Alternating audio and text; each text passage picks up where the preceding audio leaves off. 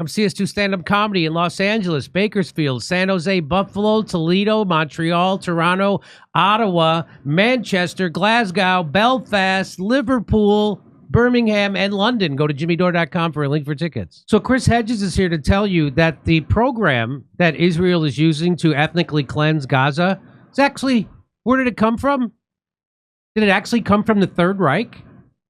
Did the idea actually come from the Nazis? Well, let's see. Israel's Lebensraum master plan for Gaza. By the way, I never even heard that term, but it's Israel's Lebensraum master plan for Gaza. And where did it come from? Where did it come from? Israel's Lebensraum master plan for Gaza, borrowed from the Nazis' depopulation of Jewish ghettos. Oh, really? Is clear.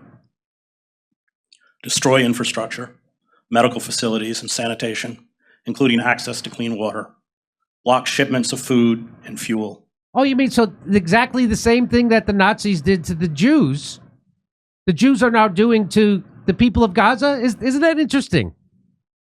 Impose telecommunications blackouts. Oh, they're doing that too.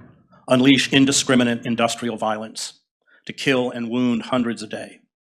Let starvation and epidemics of infectious diseases, along with the daily massacres and the displacement of Palestinians from their homes, turn Gaza into a mortuary. Israel has killed or seriously wounded close to 100,000 Palestinians in Gaza, almost 1 in every 20 inhabitants. It has destroyed or damaged 60% of the housing. The safe areas to which some 2 million Gazans were instructed to flee in the south have been relentlessly bombed with thousands of casualties. Palestinians in Gaza now make up 80% of all the people facing famine or catastrophic hunger worldwide, according to the UN. Every person in Gaza is hungry. A quarter of the population are starving and struggling to find food and drinkable water. Famine is imminent. The 335,000 children under the age of 5 are at high risk of malnutrition. The some 50,000 pregnant women lack health care and adequate nutrition. Infants are dying in droves. Israeli political and military officials, as the South African jurists documented at the International Court of Justice, make no secret of their genocidal intent, nor of their vision of what comes next. In September, before the incursion into Israel by Hamas and other resistance fighters, Israeli Prime Minister Benjamin Netanyahu displayed a map of what he called the new Middle East at a UN General Assembly meeting. Gaza, the West Bank, and East Jerusalem had all been incorporated into a greater Israel. Palestine had ceased to exist. The Palestinians are being forced to choose between death from bombs, disease, exposure, or starvation, or being driven from their homeland. There will soon reach a point where death will be so ubiquitous that deportation for those who want to live will be the only option. Israel is lobbying countries in Latin America and Africa to accept Palestinian refugees. Israeli leaders are calling this deportation, quote, voluntary migration. Voluntary migration is not a new concept in the annals of genocide. The Nazis did In the it. Warsaw Ghetto, the Nazis handed out 3 kilograms of bread and 1 kilogram of marmalade to anyone who voluntarily registered for deportation. There were times when hundreds of people had to wait in line for several hours to be deported. Marek Edelman, the only surviving commander of the Warsaw Ghetto Uprising, writes in his book, The Ghetto Fights. The number of people anxious to obtain 3 kilos of bread was such that the transports now leaving twice daily with 12,000 people could not accommodate them all. And Edelman, by the way, repeatedly condemned the Zionist state of Israel, calling it unviable, and supported Palestinian resistance, including armed resistance. The Nazis shipped their victims to death camps. The Israelis will ship their victims to squalid refugee camps in countries outside of Israel. This is the plan. No one, especially the Biden administration, intends to stop it. The most disturbing lesson I learned while covering armed conflicts for 2 decades is that we all have the capacity, with little prodding, to become willing executioners. The line between the victim and the victimizer is razor thin.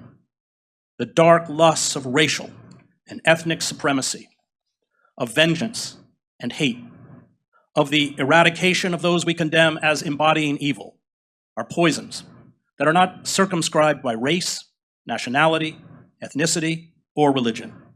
We can all become Nazis. It takes very little.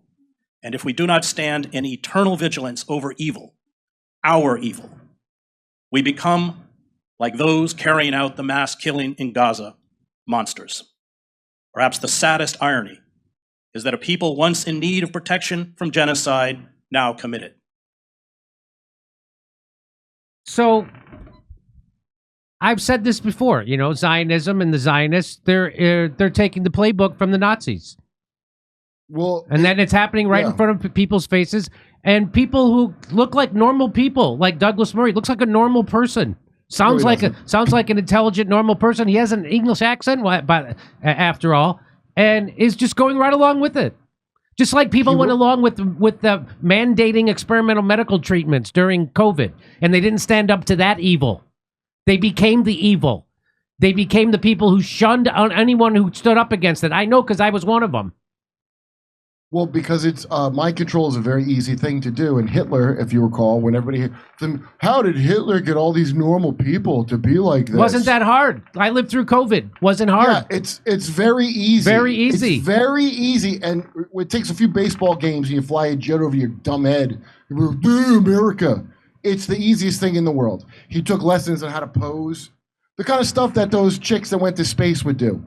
And that's what you control people with. Utter nonsense. Right? You get them to not pay attention to the horrible things you're doing. And then when their life gets hard and they have to, which the lockdown, that's the big mistake of that. Yeah. There's nothing to do but look into stuff. Yeah. Now you made a real problem for yourself because all these other people, all the drugs and whatever they put in the food and all that, it's not enough to dumb people down enough not to start to notice a little bit when you can't even give them basic things. If America was providing basic shit to people, we wouldn't even know what Israel was doing. That's right. You wouldn't even notice the evil things we're doing around the world. You only notice because it gets to you eventually, you know? You're like, wait a minute. Israel has universal health care and we don't? Yeah. We go bankrupt. I can't afford to take my kid to the doctor. My grandparents can't afford their medicine. But Israel has it for free from the government and we provide them billions and billions of dollars? Yeah. I've had Israelis tell me it doesn't work. And I was like, well, then why are we paying for it? Then why are we doing it? Then why don't you send the money back if it doesn't work? Because we could use it over here. So there it is. Of course, did you know about this, Kurt? Did you hear about this thing called the Lebensraum master plan? Yeah. You've heard about I always this? make a joke. Israel's What's that? You've heard about it? Lebensraum was the excuse Hitler used. I always joke that it's German for leg room. It is not. It means living space. But does he mean that Israel is using the term Lebensraum? Because that's really on the nose if they are. That's the German. Well, here, let's listen to word. him a second. Let's listen. Let's listen. What Israel's Lebensraum master plan for Gaza, borrowed from the Nazis' depopulation of Jewish ghettos, is clear. Destroy infrastructure, medical facilities and sanitation, including access to clean water, block shipments of food and fuel, impose telecommunications blackouts, unleash indiscriminate industrial violence to kill and wound hundreds a day, let starvation and epidemics of infectious diseases, along with the daily massacres and the displacement of Palestinians from their homes, turn Gaza into a mortuary. Israel has killed or seriously wounded close to 100,000 Palestinians in Gaza, almost 1 in every 20 inhabitants. It has destroyed or damaged 60% of the housing. The safe areas to which some 2 million Gazans were instructed to flee in the south have been relentlessly bombed with thousands of casualties. Palestinians in Gaza now make up 80% of all the people facing famine or catastrophic hunger worldwide, according to the UN. Every person in Gaza is hungry. A quarter of the population are starving and struggling to find food and drinkable water. Famine is imminent. The 335,000 children under the age of 5 are at high risk of malnutrition. The some 50,000 pregnant women lack health care and adequate nutrition. Infants are dying in droves. Sounds like Nazi stuff to me. It sounds like they ripped the page right out of the Nazi playbook and they're instituting it.